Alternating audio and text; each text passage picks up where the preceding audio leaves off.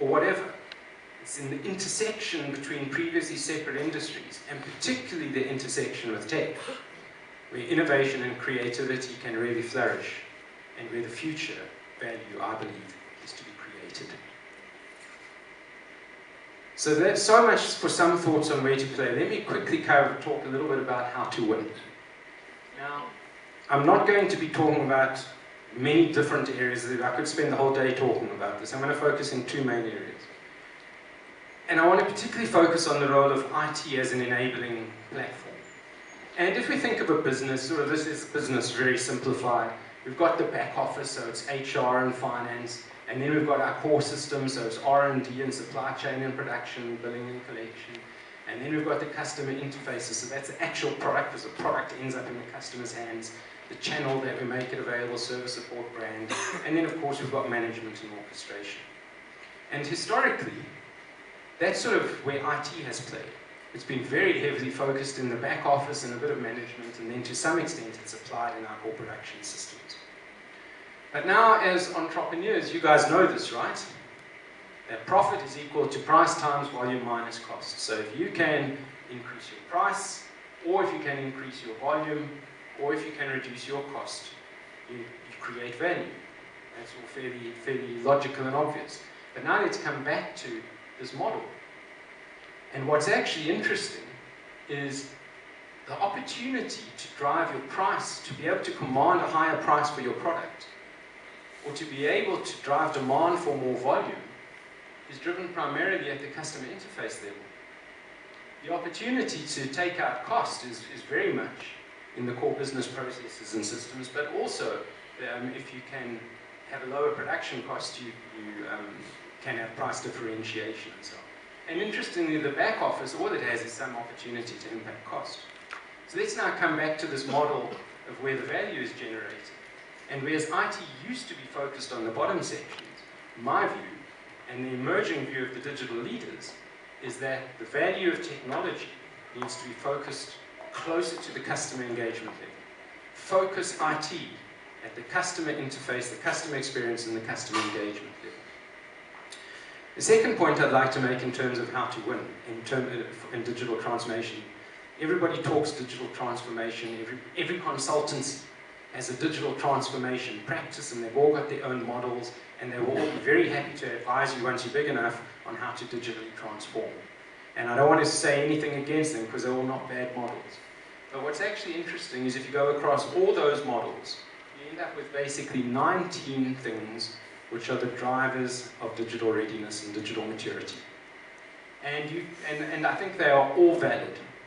But the four that really seem to stand out as the primary determinants of being a digital leader are strategy. Sorry, the red doesn't come out so nicely on the slide. Is digital built into your strategy from the ground up? It's not a bolt-on. Does the leadership understand the potential and application, and are they committed to digitalizing the business? Does the business have an innovation, does it have the right innovation model and an appetite for innovation? And entrepreneurs, you certainly should be able to tick that box. And then the final one is, does the organization make funding available to invest at the right scale in terms of digital transformation? Those are the four that typically come out as the dominant factors. So that's a little bit on how to win. But I want to leave you with a challenge, and it's really important. And let me start off with, there's a lot of challenges that are coming out of this digital economy: concentration, jobs, inequalities, security issues, identity, and governance. I'm going to focus on the first two. And let's come back to the equalizing nature of technology. And remember back in the 90s when the internet was born, we all said that information equals knowledge, and knowledge equals power, and power equals wealth. And because the internet puts information in the hands, it makes it universally available, it is going to democratize wealth. Remember that? And we all said this is wonderful, right? Well, actually wrong. That's not the way it's actually happening. Why is it that one company has a market cap as big as the entire JSE? Now, the JSE is not some small little backwater trading securities exchange. It is one of the leading emerging markets exchanges. Why is it that the top 3 global tech companies have a market cap bigger than the GDP of Africa? Now, I know market cap and GDP are different, but what we're seeing is this winner-takes-all effect in the digital economy. And whilst the reasons for that are complex and what we can do about it is even more complex, and I haven't really got time to go into that today, this issue of concentration in the digital economy is a very real one. And for us as entrepreneurs, and particularly for those entrepreneurs that hope to leverage this digital issue, being aware of this winner-takes-all dynamic in the digital market is important. But the challenge that it poses for us is this one. I was really interested to see the video that we started with, The Tale of Two Countries, because this slide talks to the 2 countries that we live in. In South Africa, roughly 1/4 of us earn 3/4 of the gross household income. We live in formal dwellings, we are connected, we're educated, and we are sort of globally connected. The other 3/4 of us earn only 1/4 of the national household income.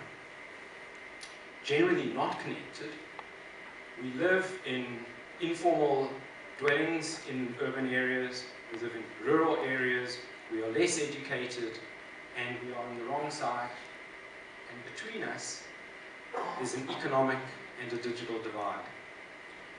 Now, the reason I mention that issue of concentration earlier is the concentration issue is making this divide wider and deeper, not shallower and narrower. So this idea that technology is the great equalizer is not manifesting in real life. What we are actually seeing is a danger that this is going to get wider. Now let me bring that a little bit closer to home. If we look at, we're in Soweto today, we're talking about the township business economies, but let's look at Soweto. And that's the income distribution of Soweto in 2011 according to Stats SA. So some people earning, some households with no income at all, and then the usual bell curve of income. Now in terms of those 2 bubbles that I showed previously, these ones here are the small bubble on the bottom right, and these ones here are the bubble on the top. So the point being is within an economy as, how should I say, as well bounded as the township economy, we are seeing both sides of the digital divide. And I think it's incumbent on us to figure out how do we use business in these township economies to make this divide narrower and shallower and not wider and deeper. That is probably the most important challenge facing the world at the moment, in my opinion. Because when people see this, they say we need to redistribute from here to there. But the problem is a lot of the wealth here is in Silicon Valley and Shanghai. It's not only about redistributing from Sandton to Soweto. It's about redistributing from San Francisco. It's about redistributing from Shanghai.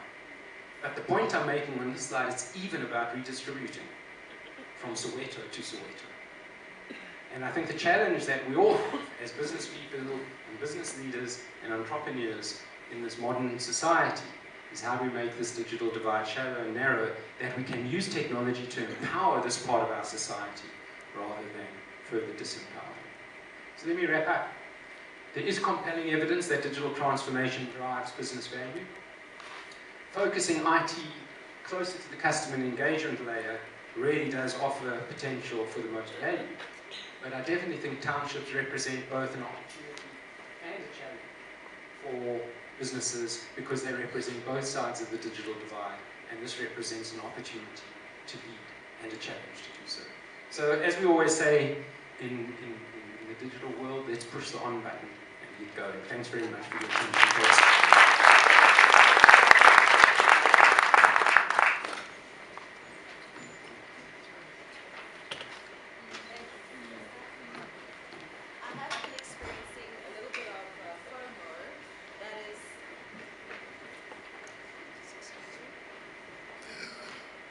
Sorry about that. that I was